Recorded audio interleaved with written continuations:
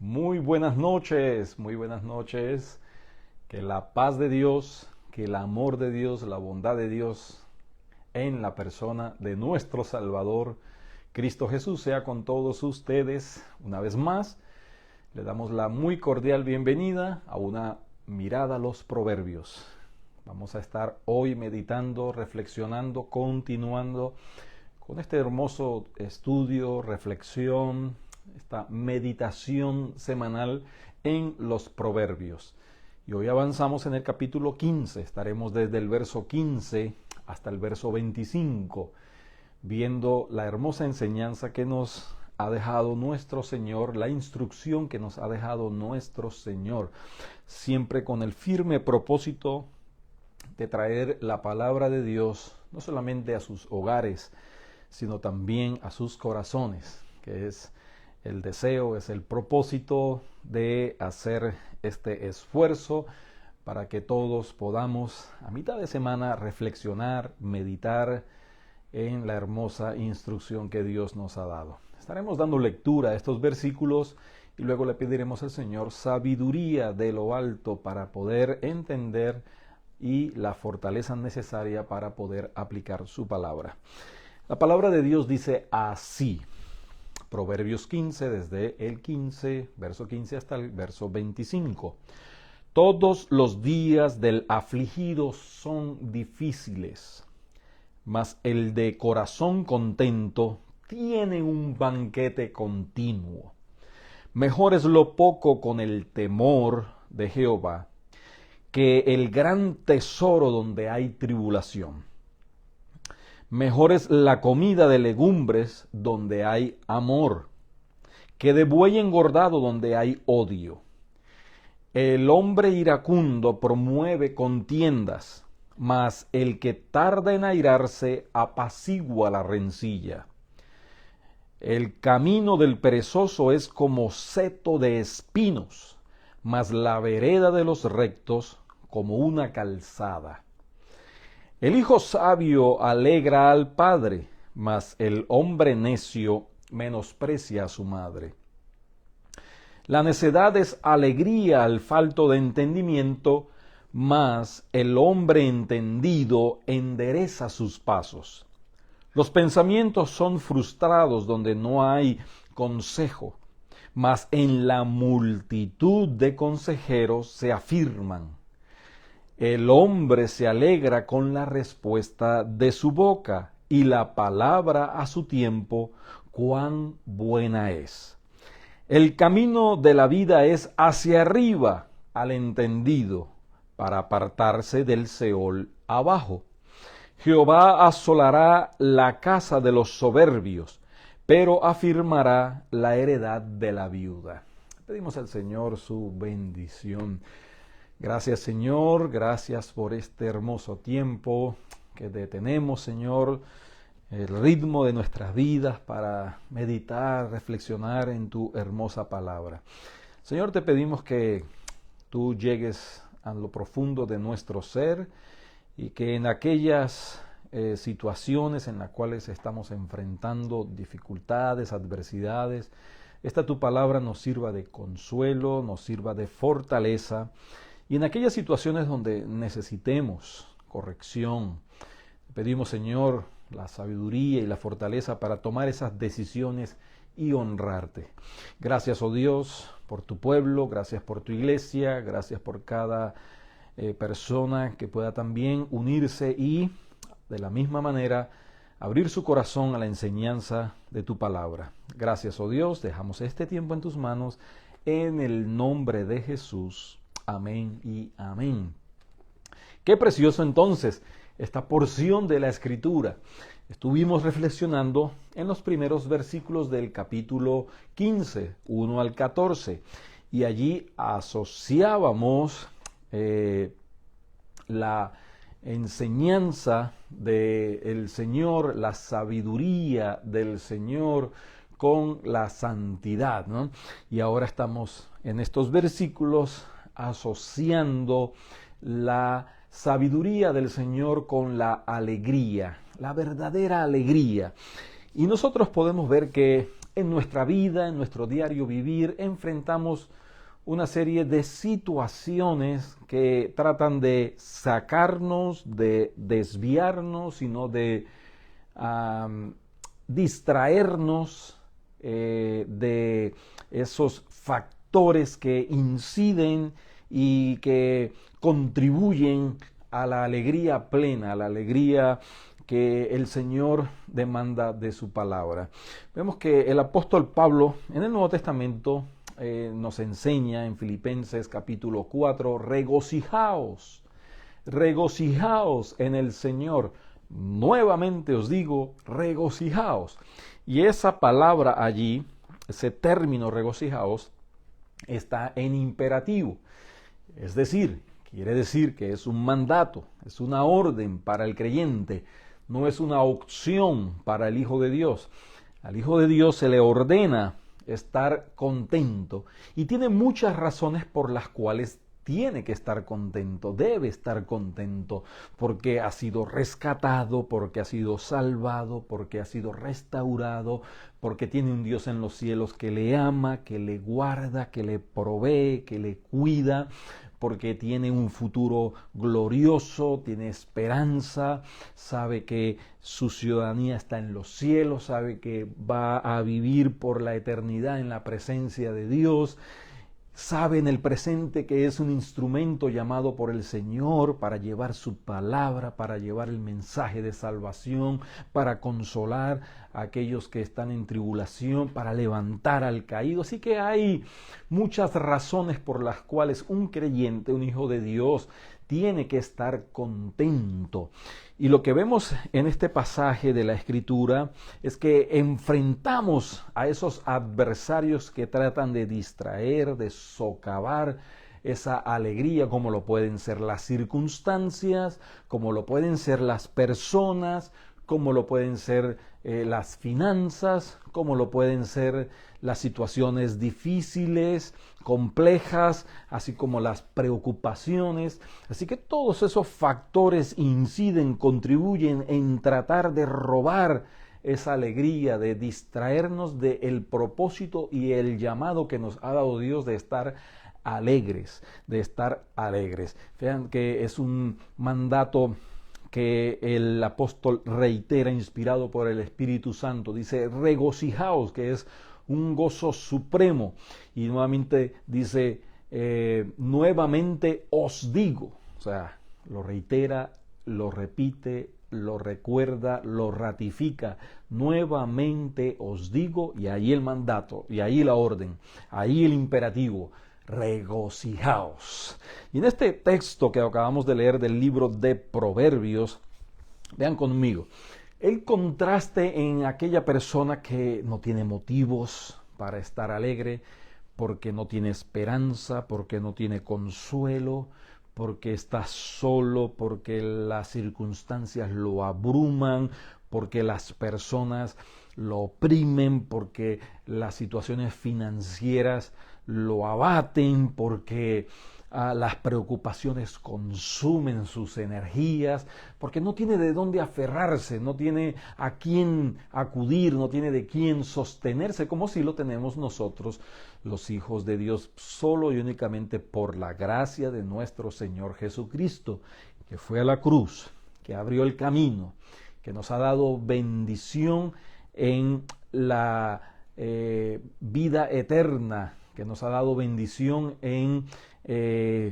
la paz, que nos ha dado bendición en la restauración, en la esperanza, y ahí entonces esos elementos del gozo están presentes en el creyente. Pero uno que ha rechazado la sabiduría, que ha rechazado la gracia de Dios, entonces permanece allí víctima de sus propias circunstancias y víctimas de elementos externos que contribuyen para mantenerlo en ese estado de aflicción. Dice, todos los días del afligido son difíciles, porque todos los días tiene una carencia tiene una necesidad que solamente puede suplir la gracia, la presencia, el poder de nuestro Señor Cristo Jesús.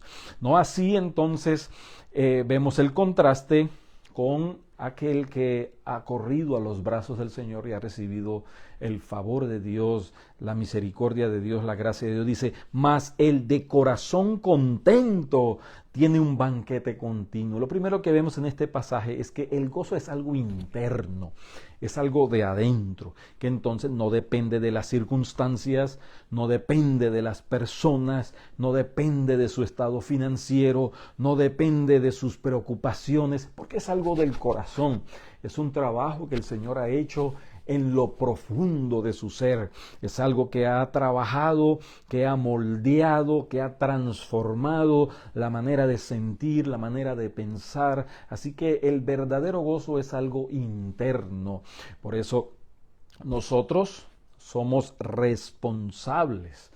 Nosotros somos tan felices como querramos hacerlo como hijos de Dios, porque precisamente no dependemos, ¿sí? Es el gozo que viene del Señor, no es algo fingido, no es la sonrisa de un payaso que está continuamente expresándola, aunque su mundo esté derrumbado, aunque esté pasando por la aflicción más profunda. Es una sonrisa dibujada, es una sonrisa externa, pero no así la del creyente. Es un gozo interno, profundo. También, vea conmigo, dice, mas el de corazón interno contento, tiene un banquete continuo. O sea, no es algo que cambie permanentemente. Sí, hay momentos de aflicción, hay momentos de angustia y perdemos el trabajo, nuestras finanzas son afectadas, perdemos un ser querido, se nos da un diagnóstico no deseado.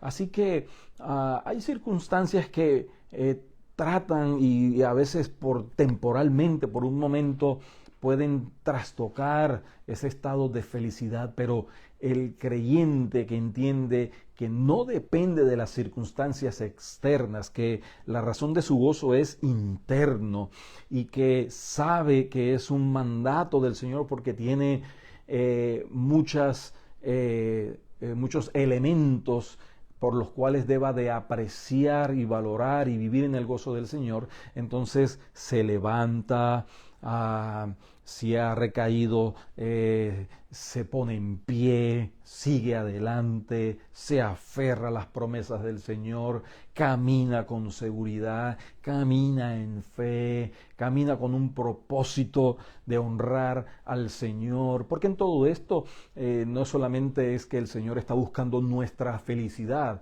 el Señor primeramente está buscando en nosotros santidad, y a través de la santidad viene una felicidad genuina, y eso da honra a Dios. Así que dice, tiene banquete continuo.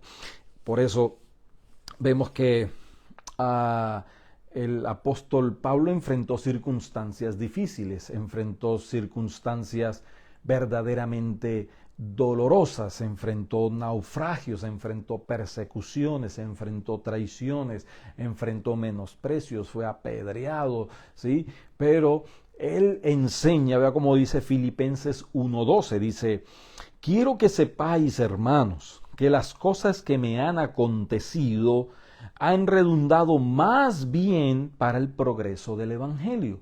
Así que esas circunstancias temporales, momentáneas que enfrentamos, cuando las apreciamos como elementos que el Señor permite en nuestra vida, las valoramos porque nos ayudan a contribuir con el progreso del Evangelio, por el testimonio, por la firmeza que enfrentamos y que otros puedan también recibir fortaleza, por la centralidad de saber de que estamos en las manos de Dios, que en ninguna circunstancia que enfrentamos como hijos de Dios, el Señor o no la ha dirigido o Él mismo la ha permitido. Así que entendemos que hay un Dios soberano, que tiene el control, que está permitiendo situaciones complejas para que su evangelio avance.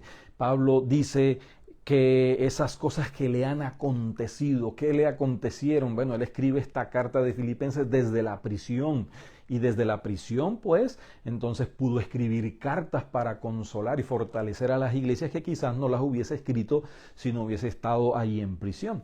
Le sirvió estar en prisión para dar testimonio del evangelio a la alta sociedad militar y política a la cual él tenía que enfrentarse y presentar defensa.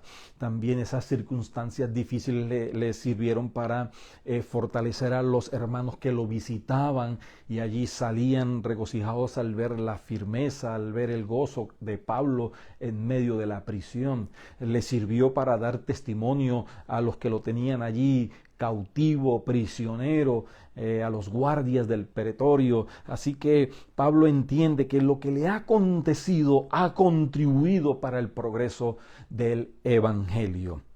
También, mis amados, en el verso 11 dice: mejor es la comida de legumbres donde hay amor que buey engordado donde hay odio. Así que también esa alegría es genuina, porque primeramente es interno, es del corazón. Segundo, es continua, es permanente. Y tercero, brota producto de un amor genuino. ¿Cuánto gozo hay cuando uno ama verdaderamente? ¿Cuánto gozo hay cuando uno sabe que es amado genuinamente? Así que es una expresión preciosa el amor en la vida de las personas, porque el amor todo lo puede, todo lo espera, todo lo soporta. El amor no es jactancioso, el amor no deja de ser, el amor es algo genuino, y como es algo genuino, entonces esa alegría se expresa genuinamente. También vemos más adelante, verso 21, que dice: la necedad es alegría del falto de entendimiento, mas el hombre entendido endereza sus pasos. Así que el gozo, la alegría está también en saber que el Señor ha enderezado nuestros pasos, de que caminamos en rectitud, que no tenemos nada que ocultar, que estamos a la vista de nuestro Dios. Así que eso produce alegría, no así el que está escondiéndose, haciendo cosas en la oscuridad. Entonces no hay gozo, no hay alegría, lo que hay es temor, ¿sí? Y el gozo verdadero está en reconocer que caminamos o debemos de enderezar nuestros pasos. Ahí también hay humildad, reconocer que no somos perfectos, que debemos de continuar mejorando, perfeccionándonos en el camino de la fe. Y eso también produce alegría, y es una alegría que no depende de las circunstancias, no depende de las personas, no depende de las finanzas, no depende de las presiones o de las preocupaciones. Vean conmigo, mire, es la alegría verdadera. La alegría verdadera no depende de lo que tengamos o de lo que no tengamos. No depende de la abundancia, no depende de la escasez. Por eso el apóstol Pablo en Filipenses 4:11 dice de la siguiente manera: no lo digo porque tenga escasez, pues he aprendido a contentarme cualquier sea mi situación. Dice, he aprendido. Entonces, aprendemos. ¿Por qué? Porque le decimos al Señor: Señor, escudriñame, endereza mis pasos, enséñame, guíame. Así que este camino de la fe es un camino de aprendizaje. Y una de las cosas que tenemos que aprender es aprender a gozarnos cualquier sea nuestra situación, cualquier sea si estamos en abundancia, si estamos en escasez, porque el gozo del Señor no depende de si tenemos o no tenemos. Muchas veces tenemos tanto que lo único que tenemos son cosas. A veces no tenemos nada, pero lo que tenemos es gozo, tenemos abundancia de alegría, porque sabemos que tenemos la presencia del Señor, la guía del Señor, el sostén del Señor. Si el Señor sostiene el universo, si el Señor sostiene este mundo, si el Señor sostiene a las aves del cielo, a los peces del mar, entonces nosotros podemos estar confiados que también en momentos de escasez el Señor nos va a proveer. Que no depende quién esté gobernando, quién esté de alcalde o quién esté de concejal, no depende de quién esté pastoreando, dependemos solo y únicamente de nuestro Señor. Así que Pablo lo reitera, he aprendido, cualquier sea mi situación, he aprendido a contentarme, porque el contentamiento también demuestra y refleja gratitud. Le damos gracias al Señor tanto en la abundancia como en la escasez. El sabio dice, Señor, manténme en la justa medida, manténme con el pan necesario, no sea que tenga abundancia y me olvide de ti, o no sea que tenga tanta escasez que reniegue de ti, manténme con el pan necesario. Así que es una oración preciosa. Job aprendió a darle gracias al Señor cuando lo tenía todo, y también aprendió a darle gracias al Señor cuando lo perdió todo, porque su alegría no dependía de las cosas, ¿no? Hay personas que lo único que tienen es dinero. Rockefeller, cuando muere, el que le llevaba allí sus finanzas y el que llevaba sus registros está allí, y alguien le pregunta, mire, ¿y cuánto dejó Rockefeller? Y él dice, pues él lo dejó todo, porque no se llevó nada. No pudo llevarse nada, y nosotros cuando partamos de este mundo tampoco nos llevaremos nada. Nosotros somos administradores de los recursos que Dios ha puesto en nuestras manos para ponerlos a disposición para la extensión del reino de Dios, como dice Pablo, para el progreso del evangelio. Y el Señor se encargará de todo. Por eso Él dice en su palabra, mas buscad primeramente el reino de Dios y su justicia, y todas las demás cosas vendrán por añadidura. También vemos verso 23, el hombre se alegra con la respuesta de su boca, y la palabra a su tiempo, cuán buena es. Y esto nos habla del dominio propio. Una persona que tiene dominio propio refleja verdadera alegría, contentamiento, no depende ni es controlado por sus emociones, por sus circunstancias. No es una persona que depende de métodos para contener su ira y su enojo. Es una persona que ha aprendido a controlar la ira, el enojo, la lengua. ¿Por qué? Porque tiene la presencia del Espíritu Santo de Dios, tiene el fruto del Espíritu Santo en su vida, y el fruto del Espíritu Santo es gozo, paz, amor, benignidad, paciencia, fe, mansedumbre, templanza, dominio propio, y eso da verdadera alegría. Dice, el hombre se alegra con la respuesta de su boca.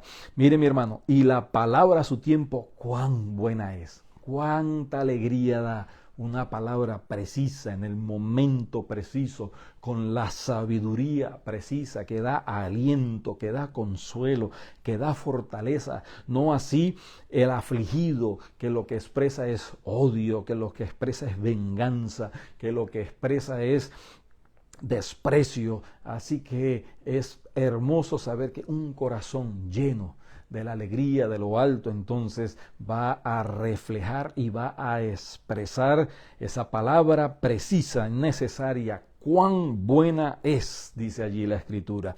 Y mis amados, para terminar, debemos de ver que la única manera de poder tener el gozo verdadero es con la presencia de Cristo Jesús, la presencia transformadora, salvadora, plena de nuestro Salvador. Mire, dice el verso 24, el camino de la vida es hacia arriba al entendido, y para apartarse del Seol abajo. Es decir, solo hay dos caminos en esta vida. Un camino hacia arriba, hacia la salvación, un camino hacia abajo, hacia la muerte eterna.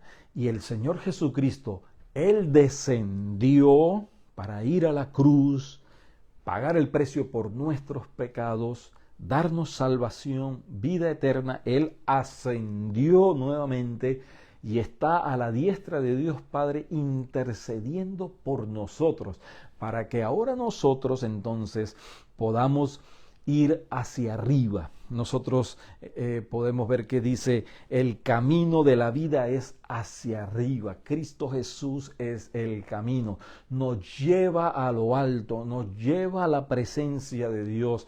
Por ahora podemos estar en su presencia a través de la oración, a través del estudio de su palabra, pero llegará el día en que el Señor descenderá de lo alto, tomará a los suyos, ¿sí?, y nos llevará a el reino de los cielos. Qué hermosa esperanza, qué hermoso pasaje de la Escritura que nos recuerda que Cristo Jesús es el camino, es la verdad y es la vida. ¿Por qué no rendir nuestra vida a Jesús?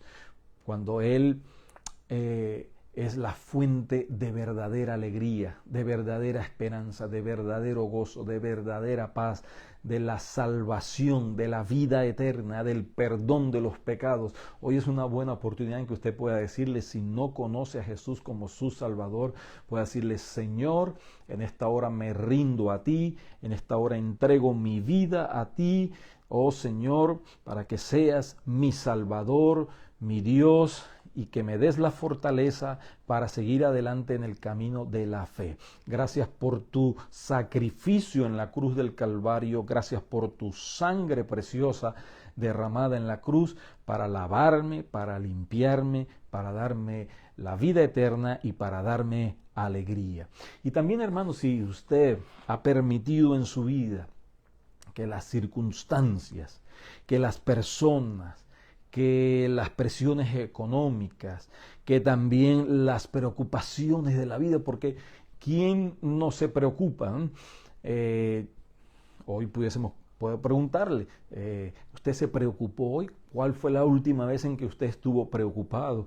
Y no es que no tengamos preocupaciones, sino no es de permitir que las preocupaciones nos agobien a tal punto que nos roben la alegría, que nos roben la paz. Si usted ha permitido, pues puede decirle también al Señor, Señor, restáurame el gozo, devuélveme el gozo de la salvación, devuélveme el gozo de saber que soy hijo tuyo, devuélveme el gozo de saber que estoy en tus manos, que tú eres mi proveedor, que tú tienes cuidado de mí. Y eso es algo precioso en lo cual usted pueda continuar meditando, reflexionando y corriendo con gozo a los brazos de Jesús y recibir de Él esa plenitud, recibir de Él esa presencia y esa fuente de vida que nos da y que nos promete y que está allí preparada para los que acuden a sus brazos. Señor, gracias por tus palabras, gracias, Señor, por esta enseñanza maravillosa que nos recuerda, Señor, que nuestro estado no depende de las circunstancias, que depende de ese gozo en nuestros corazones que solamente tú puedes dar a cada uno de nosotros. Bendice a tu pueblo, bendice, Señor, a tu iglesia y permítenos, Señor, seguir experimentando esa alegría plena, profunda, verdadera y genuina que es saber que somos tus hijos. Gracias, Señor, en el nombre de Jesús. Amén y amén. Como cada miércoles una mirada a los proverbios y de la misma manera les invitamos cada domingo. Hay celebración, hay júbilo, hay alegría al venir a la casa de Dios y juntos adorar al Rey de Reyes y Señor de Señores, porque Él prometió estar en medio de las alabanzas de su pueblo. Así que cada domingo, 11 de la mañana, Alianza Cristiana y Misionera, Casa de Oración, Brandon, Florida. Dios les bendiga, Dios les guarde y que tengan una preciosa noche.